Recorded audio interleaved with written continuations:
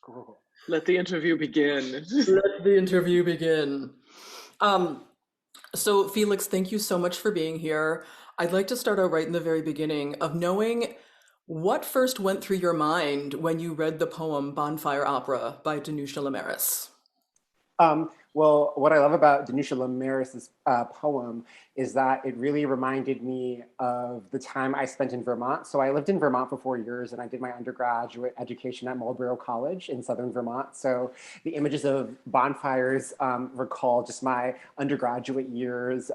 My friends and I would, after class, during the fall or the late spring, there would be bonfires, and obviously during the summer.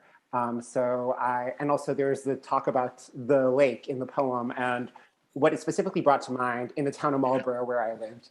There's a beautiful pond called South Pond. And so you like drive past the college down this road. And so like there was a place with like bonfires where people could chill out, and then you could go swim in the lake. It was very common to do that. So it reminded me of Vermont. And I kind of like imagine this whole piece takes place in that, because that's kind of like my my homeostasis, like my is where I feel most at home, is like in like New England. So this poem like allowed me to connect with that side of myself, which I don't get to do as much as I'd like to now that I live in the city.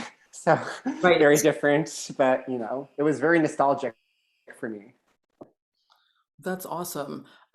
Did it, or I guess I should ask how were you influenced by the idea that you would be writing for a speaking pianist and what ended up being a wordless soprano from the title, right? A cantata for Yeah. speaking pianist and wordless soprano. Um, how did you arrive at that specific pairing, number one? And number two, like, how was that different for your composing style from what you normally do?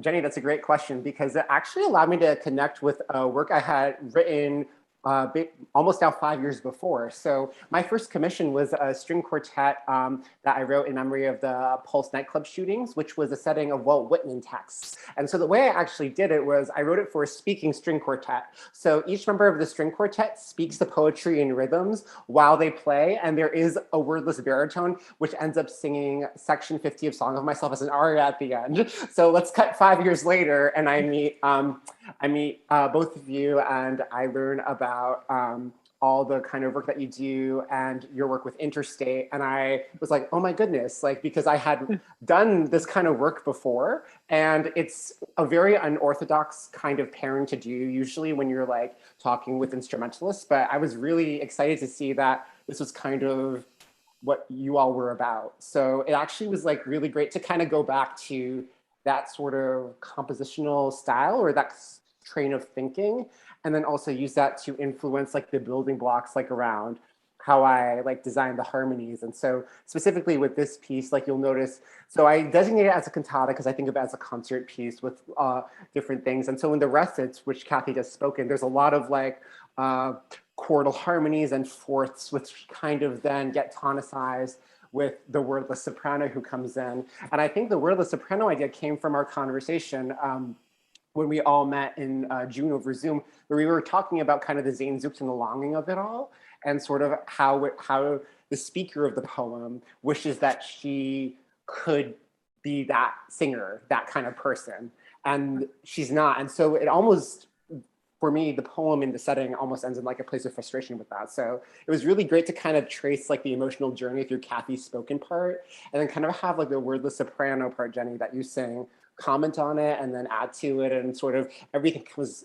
together in a duet in the end. So it's like all the pieces like sort of form together for it. So yeah.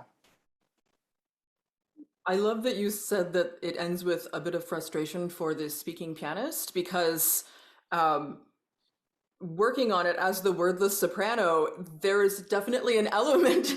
There's definitely an element coming back with, and the fact that there's so much singing together at the end in the duet section, mutual frustration, right? Yeah. The wordless soprano that the speaker wishes she could be, in fact, wishes she was not who she was. And so Yeah. it's this mutual, like it's so beautiful and it's so brilliant the way that you brought it all together. this poem that was written from one person's perspective, and you truly gave it two different points of view. Thank you. Thank you. That means a lot to hear you say that. And I think that point of frustration you were talking about, one of the other cues I got for picking up on that. So in my undergrad, I not only studied like composition and piano, I actually had enough credits to do like a bio minor, which I never did because, you know, hashtag practical. But so one of the things I did was I did an independent study of neurobiology of birdsong. And so I would go through the Cornell lab website, and they have a whole ornithology section where they catalog bird songs. And Amazing. So blackbirds are mentioned here. And that's a really interesting detail in the poem because blackbirds have a song, but it's not like a swallow or like a wood thrush, which is like very musical and almost flute-like. It's got like a bit of an edge to it, you know, it's got a little bit of that frustration and stuff. So that was kind of like a cue for me to be like, okay, so that's where she's emotionally coming from, or at least that's how I'm viewing it. So that was like a way for me to like dive into that. And the two sides of the perspectives, I actually used two Blackbird song calls, which come in your entrance, Jenny. So that's like, I'm really glad that you mentioned that because that's kind of what is represented musically. And I like researched the bird songs and I took them down by dictation. So it was kind of like, that's what I studied to do. It's a fun skill. I don't get to use it often, but this is so awesome. I mean, it just feels like the stars aligning with the blackbirds mentioned in the poem, and Danusha uses other words that are surprising for maybe the first image. They were surprising to me for the first image that came up in the poem of this woman like taking off her clothes and walking into the water. You know, this somebody who presents as like, I'm really free and like I don't care and I will do what I want. But the poet uses words like high and clear and sharp to describe the singing, which is something other than it's not a disconnect, but I was surprised by some of those words. And it's amazing that you have this like side hustle about birdsong. I know. what are the chances, right? And also like the opening image. So skinny dipping is a thing in Vermont. We all skinny dip. So it's like so I was like, oh my gosh, like this is just like in school or like this past summer, it's very common, you know, it's part of the culture. It's like, oh, you went skinny dipping. It's kind of like the thing. So that was like a cool thing. Also why it makes me think of Vermont. I always come back to Vermont for this, even though she probably had no idea, but that's, yeah. No, didn't know about that. I think every great poem has like a surprise at the end of it. And the surprise at the end of this one is the text about the speaker realizing that the singer is not like this, is not this completely free being. And the song isn't coming from a place of like total freedom or total openness. Yeah. You know, that's the discovery of the speaker. But it says so much about like the experience of the collaborative pianist, right? You're there. It's the weirdest chamber music form, right? Because the collaboration is so close, but the modes of music making couldn't be more different. Like literally the opposite. Gigantic piece of furniture, you know, breath and like physicality, like the opposite. And yet the duo is so connected in some way. So I love the way that you took the poem and took that experience, which you know about, you know, being a pianist who plays for singers, and brought them together. I can't wait for people to hear what you did. Thank you. Yeah, and the whole ending, it like comes together because it the work is, even though it is tonal, it like has a very like slippery bass line, and the end it almost is kind of like it's almost like a chaconne that never really takes off. Yeah. So and it's like and so like it is talking about like that because like when you start singing, Kathy, like it's just over the left hand, and then the harmonies don't do what you think it's gonna do, and then when Jenny enters, it definitely doesn't go there, and then it works. So it's sort of like about this kind of the surprise, and also like the spontaneity of it. Also, I think that's also what I latched onto in terms of like singer piano collaboration. Like there's those spontaneous elements of like, oh, that. And, Yeah. and even though that it's not really, there's not like a definite Stravinsky influence, but like what I love about like Stravinsky is how it'll be like a cut of music and then it's almost like you cut to the next. And so like at the end, we sort of get that to come full circle. And then again for like the little frustrated codetta. So yeah. Frustrated codetta. I feel like when you publish this, you need to actually use those words, like just label it that.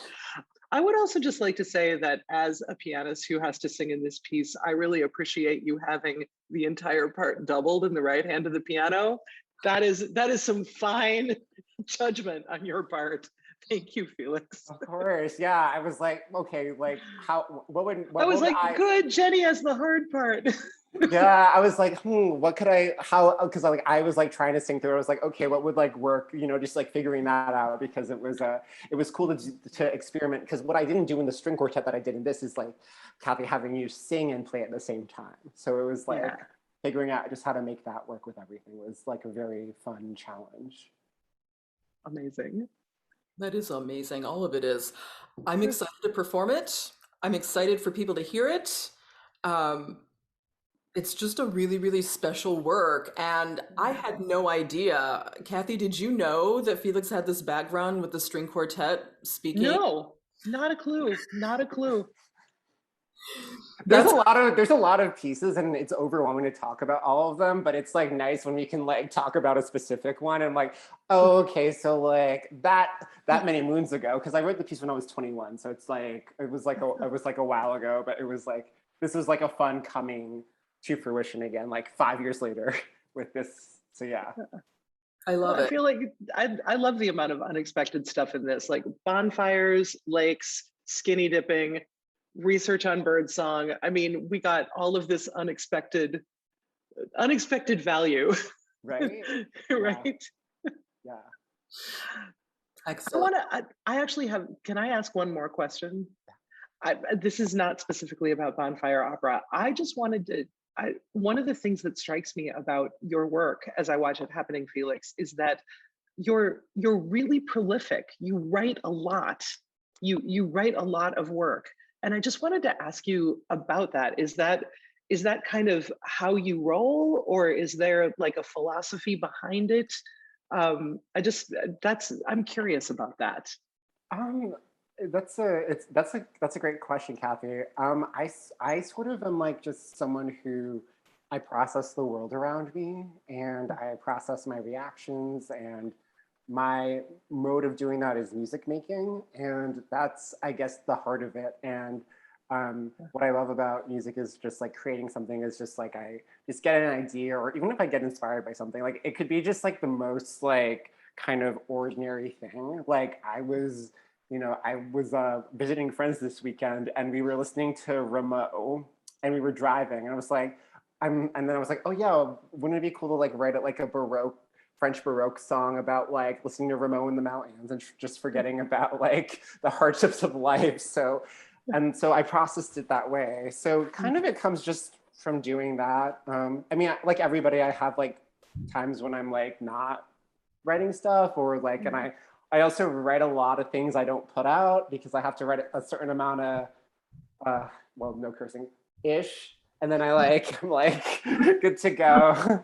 And then, so it just depends, but it's what makes me happy. And I just, I love doing what I do. So I think that's the driving force. And I just want to continue to challenge myself as an artist and just continue to see where that takes me, because it's a journey and I'm very grateful to be on it.